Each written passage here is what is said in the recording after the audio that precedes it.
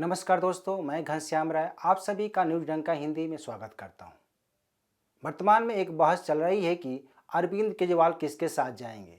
जब कश्मीर से धारा 370 हटाई गई थी तो उन्होंने केंद्र की बीजेपी सरकार का समर्थन किया था। अब केजरीवाल ने समान नागरिक संहिता यानी कि यूसीसी का समर्थन कर एक नई बहस छेड़ दी है। सवाल किया जा रहा है कि आखिर केजरीवाल का प्लान क्या है। न तो वे बीजेपी के साथ जाना चाहते हैं और न ही कांग्रेस के साथ जाना चाहते हैं। 23 जून को पटना में हुई विपक्ष की बैठक के बाद से उनके तेवर गर्म है। उनके इस तेवर को देखकर कहा जा सकता है कि आगामी लोकसभा चुनाव में केजरीवाल विपक्ष की खटिया खड़ी करने वाले हैं। और सबसे बड़ी बात यह है कि केजरीवाल के विपक्ष के साथ नहीं जाने से कांग्रेस को बड़ा नुकसान हो सकता है। तो दोस्तों, आज हम केजरीवाल की राजनीति पर चर्चा करेंगे। अगर आप हमारे चैनल पर नए हैं तो आपसे रिक्वेस्ट है कि हमारे चैनल को सब्सक्राइब जरूर करें। दरअसल केजरीवाल के राजनीति की गुत्थी को विपक्ष सुलझाने में इसलिए नाकाम रहा है कि आम आदमी पार्टी एक सोच और एक रणनीति के साथ आगे बढ़ रही है। भले आम आदमी पार्टी बीजेपी का पुरजोर विरोध कर रही है, लेकिन उसकी रणनीति में हिंदू वोटर सर्वोपरि हैं। केजरीवाल ये अच्छी तरह से जान गए हैं कि अगर राजनीति में लंबी पारी खेलनी है तो केवल मुस्लिम वोटों से कुछ नहीं होने वाला। वे कांग्रेस का हश्र देख रहे हैं। जैसा कि बीजेपी को छोड़कर गांधी परिवार की कांग्रेस, ममता बनर्जी की टीएमसी, नीतीश कुमार की जेडीयू, लालू यादव की आरजेडी, शरद पवार की एनसीपी मुस्लिम वोटरों को लुभाने में लगे रहते हैं। लेकिन केजरीवाल ने 10 साल के राजनीतिक करियर में कभी खुलकर मुस्लिम समुदाय की तरफदारी नहीं की, न ही आलोचना की। यही वजह है कि आम आदमी पार्टी ने 10 सालों में 2 राज्यों में सत्ता पर काबिज हुई। लेकिन कांग्रेस और बीजेपी को छोड़ दें तो अन्य कोई पार्टी अपने राज्य से बाहर नहीं निकल पाई। आज कांग्रेस की 4 राज्यों में सरकार है तो आपकी 2 राज्यों में यानी कि पंजाब और दिल्ली में सरकार है। 2020 में हुए दिल्ली विधानसभा चुनाव के समय केजरीवाल ने सीएए कानून का न तो खुलकर विरोध किया था और न ही समर्थन किया था। सबसे बड़ी बात यह है कि केजरीवाल और उनकी पार्टी के नेता इस कानून पर चुप्पी साध रखे थे, लेकिन कांग्रेस इस कानून के खिलाफ मुखर थी, इसका विरोध कर रही थी।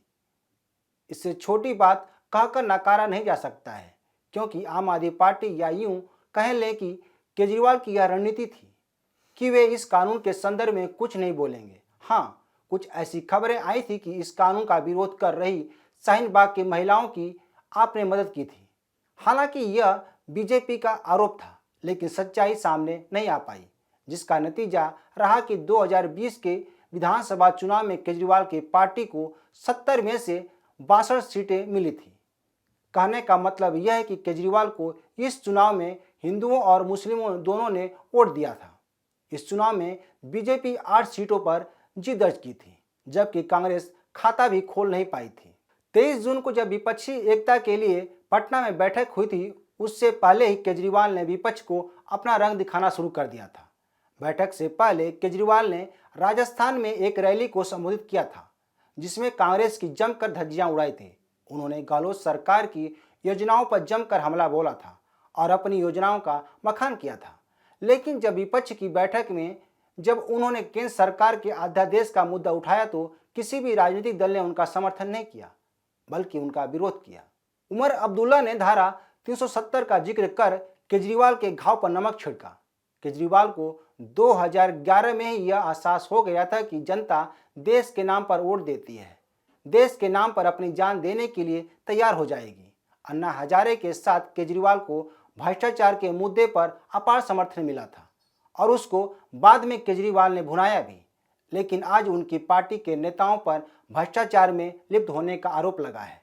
उनके नेता भ्रष्टाचार के मामले में जेल की हवा खा रहे हैं। कहने का मतलब यह है कि केजरीवाल की ईमानदारी पर अब बट्टा लग गया है। अब केजरीवाल भ्रष्टाचार पर साथ ही बोलते हैं। वे आजकल संविधान, लोकतंत्र की बातें ज्यादा करते हैं। केजरीवाल भ्रष्टाचार के मुद्दे पर बात करने से कतराते हैं। वे शहीदों की बात करते हैं तो जय हिंद और भारत माता की जय के नारे लगवाते हैं।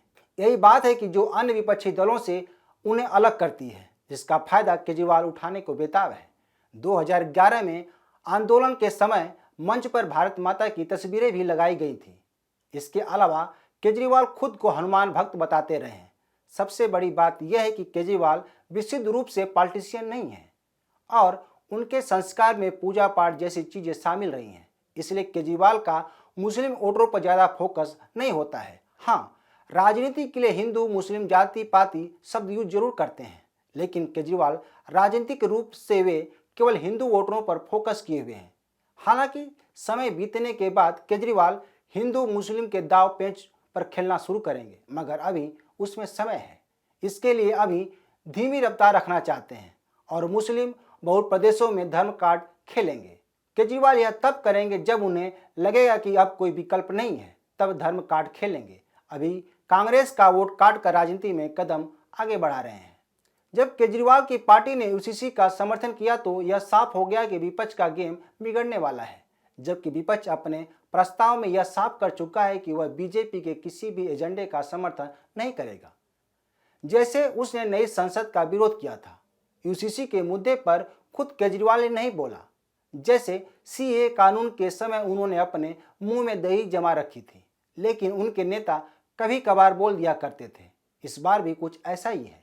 इस बार आपके महासचिव संदीप पाठक ने यूसीसी पर अपनी बात रखते हुए कहा कि आप पार्टी सैद्धांतिक रूप से यूसीसी के पक्ष में है। वैसे यूसीसी के पक्ष में नीतीश कुमार की पार्टी जेडीयू और उद्धव ठाकरे की पार्टी भी है, लेकिन सभी पार्टियां इस पर चर्चा कर लागू करने की बात कर रही हैं। बहरहाल केजरीवाल ने 2014 के लोकसभा चुनाव में एक तरफा जीत हासिल करने के मकसद से मुख्यमंत्री का पद छोड़ा था। उनकी महत्वाकांक्षा जग जाहिर है, वह किसी से छिपा नहीं है। आज केजरीवाल उसी राह पर आगे बढ़ रहे हैं।